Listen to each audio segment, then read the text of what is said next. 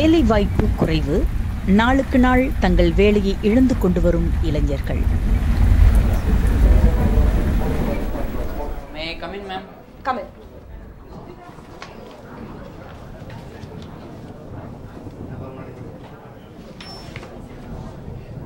Tell me about yourself. Myself, I am Rahul, ma'am. I am graduated from KCC University. So do you have any prior experience? I am finished C++, Java coding and internship, ma'am. Internship, okay. So if we hire you, what makes you think that you'll stand out of the box? I am a good quick learner, ma'am. Okay, Rahul. The company will update you for the details. Thank you, ma'am. Okay.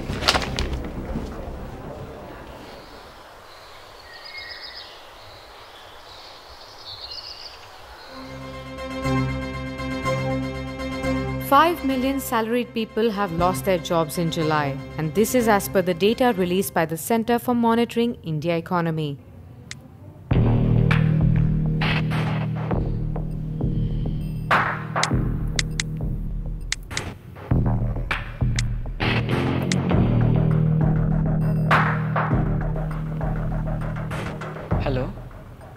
Hello, RKG company? Yes. Ma'am, நான் ஒரு 2 days back வந்து interview attend பண்ணியிருந்தேன். Okay, உங்கள் name? ராகுல். ராகுல், உங்களுக்கு mail information எதுவும் வரலையா? இல்லை மேம், எந்த மெயிலும் வரலைங்களே. Okay, let me check. Okay ma'am. ராகுல், sorry to inform, we are not proceeding with your profile. Thank you. Hello.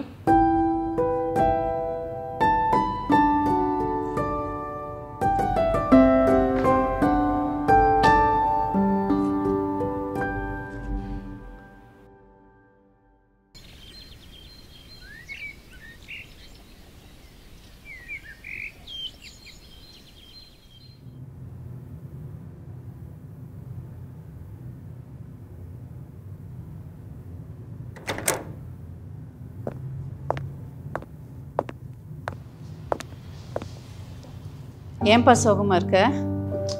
எல்லாம் இந்த வேலை விஷயமா தாம்மா. என்னாச்சு? நீங்களும் எனக்கு கஷ்டப்பட்டு லட்சக்கணக்கில் கட்டி படிக்க வச்சிங்க. இருந்தாலும் நான் பார்க்குற வேலை எல்லாத்துக்கும் 10,000 தரேன் அப்படின்னு சொல்கிறாங்க. இந்த கொரோனா பேட்சில் படித்தது ஏன் தப்பா? சரி, கவலைப்படாத, நம்ம ஜெபிக்கிறோம்ல, வேலை தேடு, கண்டிப்பாக கிடைக்கும். சரியா? தைரியமாக இரு. சாப்பிட்டியா? இல்லைம்மா. ஏன்? காஃபி என்ன போடுறீங்க? சரி, நான் கொடுத்துட்டுமா?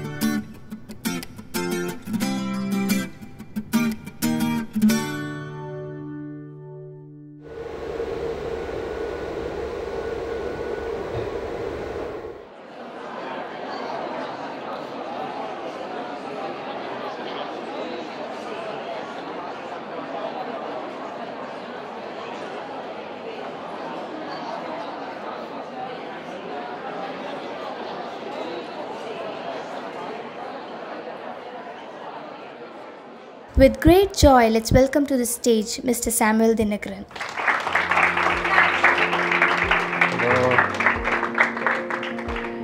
எல்லாரும் எப்படி இருக்கீங்க? நல்லா இருக்கீங்களா? உங்களோட இந்த டைமில் கொஞ்சம் பேசுகிறது ஐம் ஸோ ஹாப்பி. நம்ம கரியர் பற்றி பேச போகிறோம். நம்ம கரியர் பற்றி நினச்சாலே என்ன நடக்க போகுது, எப்படி இருக்க போகுது அப்படின்ட்டு கொஞ்சம் அப்படியே ஷேக்கிங் இருக்கும், எனக்கு தெரியும்.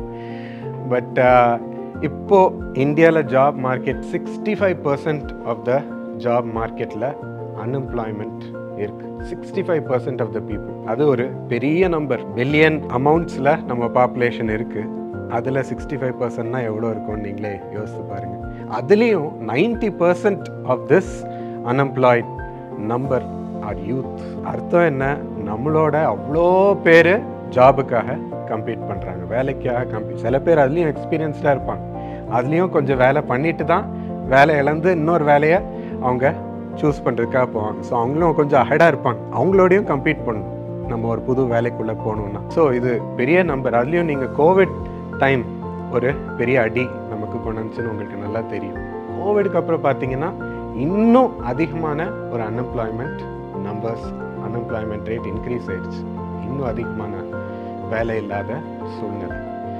ஸோ இந்த சுச்சுவேஷனில் தான் நம்ம கம்பீட் பண்ணி தேசத்தில் ஒரு வேலை கிடைக்கணும் அப்படின்ட்டு ஒரு இந்த சினாரியோவை நம்ம நல்லா அறிஞ்சுக்கணும். இதில் நிறைய பேர் ஐயோ எனக்கு கோவிட் வந்ததுனால தான் என் டிகிரியை மதிக்க மாட்டேங்கிறாங்க, என் படிப்பை மதிக்க மாட்டேங்கிறாங்க அப்படின்ட்டு அந்த எக்ஸ்கியூஸ் யூஸ் பண்ணுறாங்க. சில பேர் எனக்கு பயங்கர சிக்காயிட்டேன் எக்ஸாம் அப்போ, 12th எக்ஸாம் அப்போ சிக்காயிட்டேன், அதனால தான் மார்க்ஸ் எல்லாம் கம்மி ஆயிடுச்சு, என் செமஸ்டர் எக்ஸாம்ஸில் அதனால தான் மார்க்ஸ் கம்மி ஆயிடுச்சு, அதனால தான் அரியர்ஸுன்ட்டு என்னுடைய மார்க் ஷீட்டில் ஒரு பேர் வந்திருக்கு, நான் என்ன பண்ணுவேன், என் வீட்டில் அவ்வளோ பிரச்சனை இருந்துச்சு அப்படின்லாம் சொல்லுவாங்க. ஆனால் இதை நம்ம கம்பெனிஸ்கிட்ட சொல்ல முடியுமா? இதை நம்ம ஒரு எக்ஸ்கியூஸாக அவங்ககிட்ட சொல்ல முடியுமா? இல்லை நம்ம ரெஸ்யூமேல இதெல்லாம் எழுத முடியுமா? கம்பெனிஸ்க்கு என்ன வேணும்? எனக்கு எவன் வந்தாலும் எவா வந்தாலும் எனக்கு எப்படி யூஸ்ஃபுல்லாக இருப்பான், நான் எப்படி புழிஞ்சு எடுத்து வாங்குறது, என் கம்பெனியை எப்படி நடத்துறது, இல்லை என் வேலை இன்னும் கிரேட்டராக ஆகணுன்ட்டு கரெக்டான பர்சனை நான் எப்படி செலக்ட் பண்ணுறது. ரொம்ப கம்பெட்டிட்டிவ். அந்த ஒரு சூழ்நிலையில் தான் நம்ம வேலை தேடி போகிறோம், ஒரு இன்டர்வியூக்கு போகிறோம். இன்டர்வியூவில் என்னெல்லாம் எதிர்பார்ப்பு இருக்குது? First confidence. நம்ம பாடி லாங்குவேஜில் கான்ஃபிடென்ஸ் அண்ட் நம்ம இருக்கிற நாலேஜில் கான்ஃபிடென்ஸ் காமிக்கணும். ஸோ ரெண்டாவது நமக்கு அந்த கம்பெனி பற்றி தெரியணும், அந்த கம்பெனி டேர்ம்ஸில் நம்ம பேசணும். சில பேருக்கு இன்டர்வியூ போவாங்க, அந்த எந்த கம்பெனி அவங்க நேம் ஃபுல் ஃபார்ம் தெரியாது, எங்கே இருக்குது ஹெட் குவார்ட்டர்ஸ் அந்த கம்பெனின்னு தெரியாது, அதை பற்றி என்ன பிரான்ச்சு என்ன வேலை பார்க்குறாங்க அந்த கம்பெனிலன்னு தெரியாது. அவங்க கொஸ்டின் கேட்டால் அப்படியே பிளாங்காக முழிப்பாங்க. அதுக்கு பதிலாக நம்ம அந்த கம்பெனி டேர்ம்ஸில், சார் உங்கள் ப்ராஃபிட்ஸ் எல்லாம் இந்த குவார்ட்டரில் இவ்வளோ விழுந்துச்சு, நான் இந்த மாதிரி ஸ்ட்ரென்த்ஸ் வச்சுருக்கேன், நான் உள்ளே வந்தேன்னா இதில் ஒர்க் பண்ணி இப்படி ஏற்றுறதுக்கு ஒரு முக்கியமான நபராக வருவேன் அப்படின்னு சொன்னால் எப்படி இருக்கும்? இல்லை உங்களுக்கு இந்த மாதிரி ஒரு டேட்டா அனலிஸ்ட்டாக நான் என் ஸ்ட்ரென்த்ஸ் இருக்குது, வந்தேன்னா உங்களுக்கு இப்படி பயனுள்ளதாக உங்கள் ப்ராடக்ட்ஸ்லலாம் இருப்பேன், நீங்கள் இந்த மாதிரி ப்ராடக்ட்ஸ் எல்லாம் வச்சுருக்கிறீங்க, அதில் நான் ஹெல்ப்ஃபுல்லாக இருப்பேன், என் ஸ்கில்ஸ் அப்ளை ஆகும், இப்படி சொன்னால் எப்படி இருக்குது? அவங்க டேர்ம்ஸில் பேசுகிறது. மூணாவது உங்கள் ஸ்கில்ஸ் அதையெல்லாம் வெளிப்படுத்துறது, உங்கள் ஸ்ட்ரென்த்ஸ் அதையெல்லாம் வெளிப்படுத்துறது இன்டர்வியூவில் முக்கியமான நேரம். உங்கள் பற்றி காமிச்சிக்கிறது, உங்கள் ஆம்பிஷன் என்ன அப்படின்னு காமிக்கிறது, உங்கள் லீடர்ஷிப் எப்படி இருக்குன்னு அதை பற்றி பேசுகிறது, உங்கள் நாலேஜ் எந்த ஏரியாலலாம் இருக்குது இதெல்லாம் காட்டுறது தான் இன்டர்வியூ.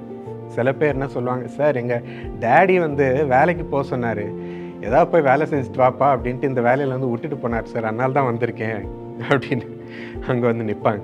இப்படியே சொல்லுவாங்க. அவருக்கு எப்படி இருக்கும் இன்டர்வியூ இருக்குது, சார் எனக்கு நல்ல காசு கிடைக்கணும், எவ்வளோ கொடுப்பீங்க அப்படின்ட்டு ஃபஸ்ட்டே கேட்பாங்க. நல்லா பே பண்ணணும், அதுக்கு தான் நான் வந்திருக்கேன் இந்த வேலைக்கு, இல்லை நான் 2 வருஷத்தில் இதை செஞ்சுட்டு என் ஃபேமிலி பிஸ்னஸ்க்கு போயிடுவேன் சார் அப்படின்வாங்க. ஸோ இது இன்டர்வியூ இருக்கான்ல எப்படி இருக்கும்? ஓகே நல்ல பர்சனா, இல்லை சான்ஸே இல்லைன்னு சொல்லிடுவாங்களே, நீங்களே சொல்லுங்கள். ஸோ இந்த மாதிரி சூழ்நிலையில் தான் நம்ம மென்டாலிட்டி வச்சுட்டு அன்ஃபார்ச்சுனேட்டாக போகிறோம். பட் வேலை கொடுக்குறவங்களுக்கு எதிர்பார்ப்பு டோட்டலி டிஃப்ரெண்ட், டோட்டல் டிஸ்கனெக்ஷன் இருக்குது. இந்த கான்ஃபிடென்ஸ்ன்னு சொன்னேனே, அது எங்கேருந்து வரும்? உண்மையாக நமக்கு திறமை இல்லை, உண்மையாக நமக்கு நம்ம சப்ஜெக்டில் அறிவு இருக்கணும். இப்போது ஏஐ அப்படின்னா அந்த சப்ஜெக்டில் நமக்கு உண்மையாக தெரிஞ்சிருக்கணும், விஷயம் தெரிஞ்சிருக்கணும். அப்போ தான் அவங்களுக்கெல்லாம் நல்ல விஷயம் பழகினவங்க. ஒரு கொஸ்டின் கேட்டாலே நம்ம அந்த பதிலை எந்த கான்டெக்ஸ்டில் சொல்கிறோம் அப்படின்னு ஒரு தியரிட்டிக்கலாக புக்கிலேருந்து ஒரு டெஃபினேஷன் சொல்கிறோமா அப்படின்னு சொன்னாலே அதுலேருந்தே கண்டுபிடிச்சிருவாங்க. ஸோ விஷயம் தெரியணும். இதுக்கு தான் உங்கள் ஸ்கூல் டைம், உங்கள் காலேஜ் டைம் இதெல்லாம் ஃபுல்லாக யூஸ் பண்ணணும். நீங்கள் தான் யூஸ் பண்ணிக்கணும். டீச்சர் உங்களுக்கு எக்ஸ்ட்ரா ஒர்க்கு கொடுக்குறாங்களோ இல்லை நல்லா சொல்லித்தராங்களோ அது ரெண்டாவது. பட் நீங்கள் அந்த சப்ஜெக்ட்ஸ் எல்லாம் உங்களுக்குள்ளே எடுத்து, ஏஐயை நல்லா உங்களுக்குள்ளே எடுத்து, இல்லை மேத்தமேட்டிக்கல் தியரம்ஸ் உங்களுக்குள்ளே எடுத்து, இல்லை சிக்னல் ப்ராசஸிங் இதையெல்லாம் எடுத்து இதை எப்படி அப்ளை பண்ணணும் அப்படின்ட்டும் நீங்கள் முயற்சிகள் நீங்கள் தான் எடுக்கணும். இன்றைக்கி நிறைய டூல்ஸ் இருக்குது, ஸ்கூல் இருக்குது, காலேஜில் சொல்லித்தராங்க, ஆன்லைனில் நிறைய படிக்கலாம், இல்லை கோச்சிங் போகலாம், இல்லை நிறைய ஆப்ஸ் இருக்குது இதுக்குன்னே கற்றுக்கிறதுக்கு நிறைய இருக்குது. உங்களுக்கு சான்சஸ், எக்ஸ்கியூசஸே கிடையாது. எனக்கு இது அவங்க நல்லா சொல்லித்தரலன்னு நீங்கள் சொல்ல முடியாது. உங்கள் கையில் தான் இருக்குது. எப்படி புழிஞ்சு வாங்கிக்கிறீங்க, உங்கள் கரியருக்காக வேலை கிடைக்கணுன்றதுக்காக எப்படி ப்ரிப்பேர் பண்ணிக்கிறீங்க அப்படின்றது உங்களுக்கு. இப்போ காருண்யா யூனிவர்சிட்டியிலலாம் நான் பார்த்துருக்குறேன், அங்கே ஸ்டூடெண்ட்ஸ் செகண்ட் இயர்லேருந்தே அவங்க ப்ராடக்ட்ஸ் கண்டுபிடிக்கிறதுக்குள்ளே போகிறாங்க. செகண்ட் இயர்லே அவங்க முடிய டைமில் ஒரு ப்ராடக்டை பேட்டன் பண்ணுறாங்க. பயங்கரமான ஒரு நியூ அந்த டெக்னாலஜி வச்சு எப்படி அப்ளை பண்ணி ஒரு சொல்யூஷன் கண்டுபிடிக்கிறதுன்ட்டு ஈடுபடுறாங்க. ஹேக்கிங் காம்படிஷன்ஸில் டாப் காம்படிஷன்ஸை தேசத்தில் வின் பண்ணுறாங்க. அவ்வளோ அவங்க அஹெடாக இருக்காங்க அந்த விஷயத்தில் அப்ளை பண்ணுறதுல. ஸோ அந்த மாதிரி நீங்கள் ப்ராஜெக்ட்ஸில் ஈடுபடணும், காம்படிஷன்ஸில் ஈடுபடணும். நீங்கள் ஒரு ப்ராடக்ட் கண்டுபிடிக்கிறதுல என்கேஜ் பண்ணணும். அப்போ தான் யூ வில் பி தரோ இன் தட் சப்ஜெக்ட்.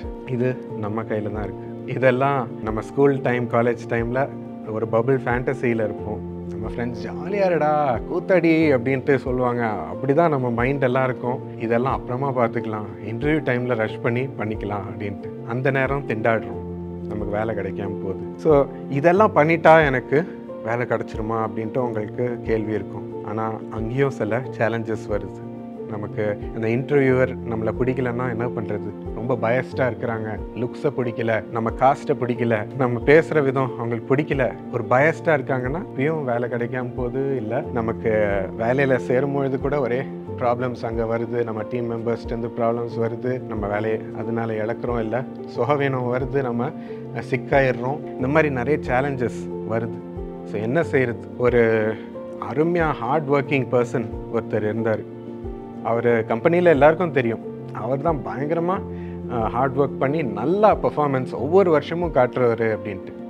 அப்போது எல்லா பாஸ்டேருந்து அவருக்கு ஒரு ஃபோன் வந்துச்சு, மேல் ஃப்ளோருக்கு வா, எங்கள் ஃப்ளோருக்கு வா, டாப் பாஸஸ் இருக்கிற ஃப்ளோருக்கு வா, உனக்கு நான் ஒரு விஷயம் சொல்லணும் அப்படின்ட்டு. எல்லாருக்கும் அப்போ தெரிஞ்சிச்சு இவருக்கு அந்த ப்ரொமோஷன் கிடைக்க போகுது. எல்லாருக்கும் ஒரே சந்தோஷம், ஏய் கிடச்சிருச்சுரா, இன்றைக்கி தான் உனக்கு ப்ரொமோஷன் அப்படின்னு எல்லோரும் கை கொடுக்க ஆரம்பிச்சிட்டாங்க, சேர் பண்ண ஆரம்பிச்சிட்டாங்க. எல்லோரும் ஆல்மோஸ்ட் அந்த ப்ரொமோஷன் கிடச்சிருச்சுன்ற மாதிரி கேரண்டி ஆயிடுச்சு. இவருக்கும் அந்த ஹைப்பில் ஒரே சந்தோஷம், வேகமாக ஓடினார், லிஃப்ட்டு கூட எடுக்கல.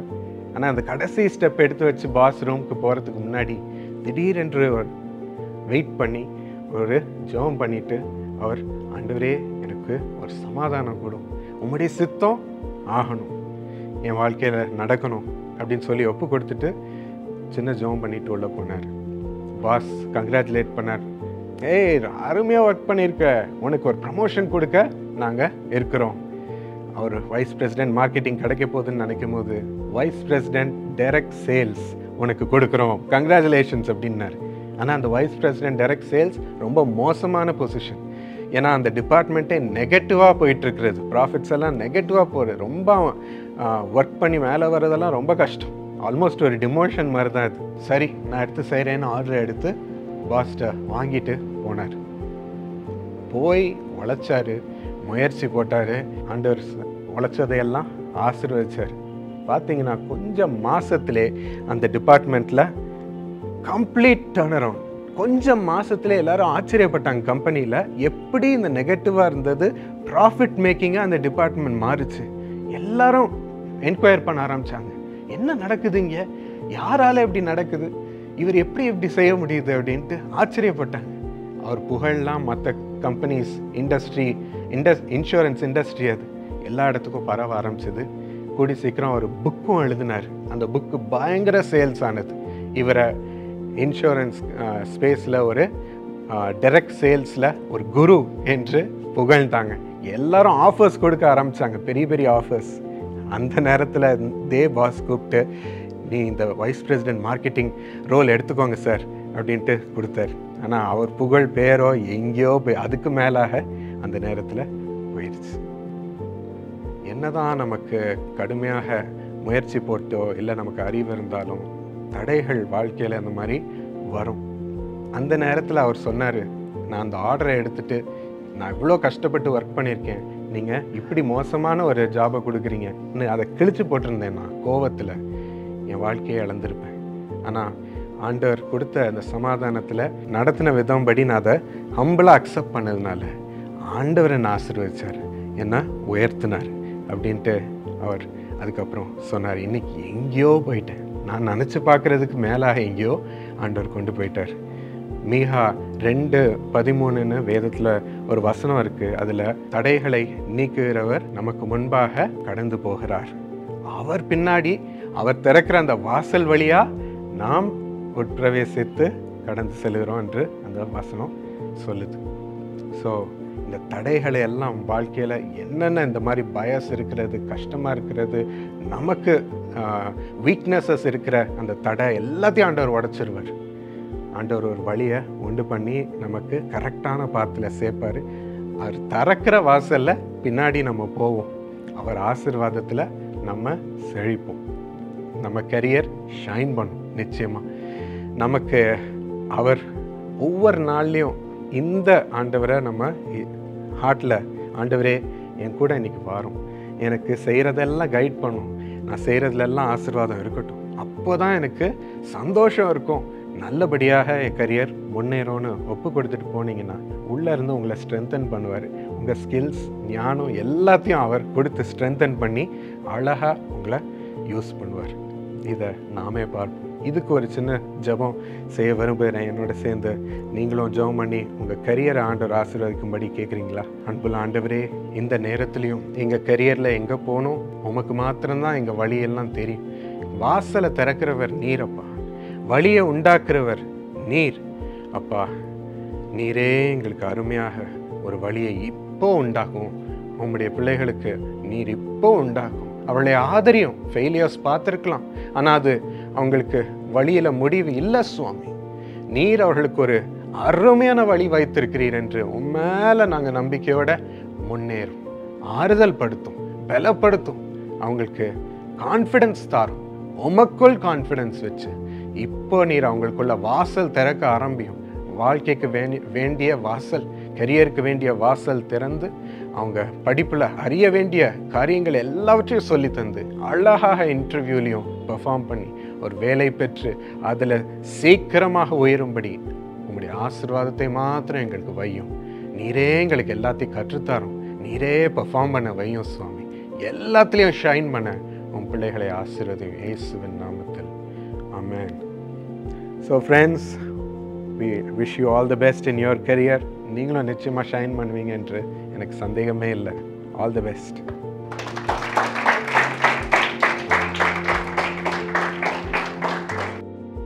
ஹலோ. சொன்ன ஸ்டோரி எனக்கு ரொம்ப இன்ஸ்பைரேஷன் இருந்துச்சு. Oh, that's great. குட். நல்லா அதே மாதிரி பண்ணுங்க. You will shine. Hi bro, என் பேர் ராகுல். உண்மையாகவே உங்களோட ஸ்பீச்லாம் ரொம்ப யூஸ்ஃபுல்லாக இருந்துச்சு ப்ரோ. தேங்க்யூ. நம்மளோட ஸ்கில்ஸ் எல்லாம் வந்து டெவலப் பண்ணணும், அதுதான் வந்து எப்போவுமே நிறைய ஜாப்க்கெலாம் வந்து ஹெல்ப்ஃபுல்லாக இருக்கும் அப்படின்றது உங்களோட ஸ்பீச் மூலமாக தான் கற்றுக்கிட்டேன் ப்ரோ. எப்போவுமே மற்றவங்கள ப்ளேம் பண்ணது எந்த ஒரு பிரயோஜனமும் இல்லை, ஆனால் இத்தனை நாள் வேஸ்ட் பண்ணணும்னு நினைக்கும் போது தான் ரொம்ப கஷ்டமாக இருக்குது. இப்போ கூட ஒன்றும் இல்லை, இட்ஸ் நெவர் டூ லேட். நீங்கள் ஃபோக்கஸ் பண்ணி எஃபர்ட் போடுங்க, கண்டிப்பாக முன்னேறி வேலையில் ஷைன் பண்ணுவீங்க. கண்டிப்பாக ப்ரோ, ப்ரேயர் பண்ணிட்டு ஸ்டார்ட் பண்ணுறோம். Great. Thank you. All the best.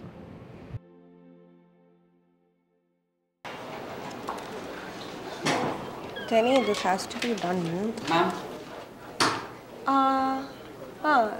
Last time you came for interview, no? Yeah, ma'am. Okay, sit.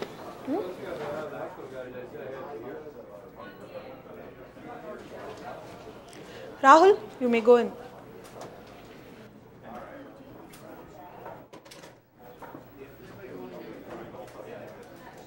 Come in, Rahul. Take your seat. Ma'am. Ma'am, I request re-attempt the interview, ma'am.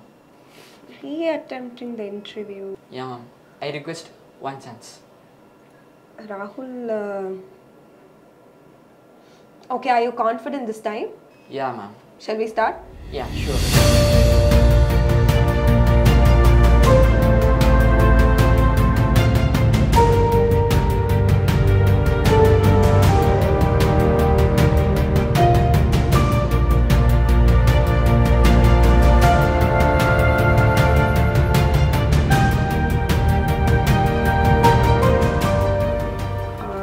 Rahul, re-attempt நம்ம கம்பெனியில்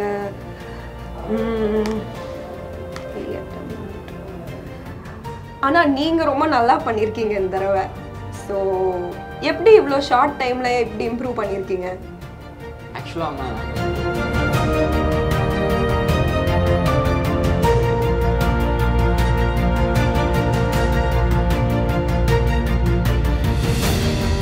so இதான் madam reason இன்னைக்கு நான் அவங்க முன்னாடி இவ்வளோ கான்ஃபிடென்ட்டாக பேசுறதுக்கு.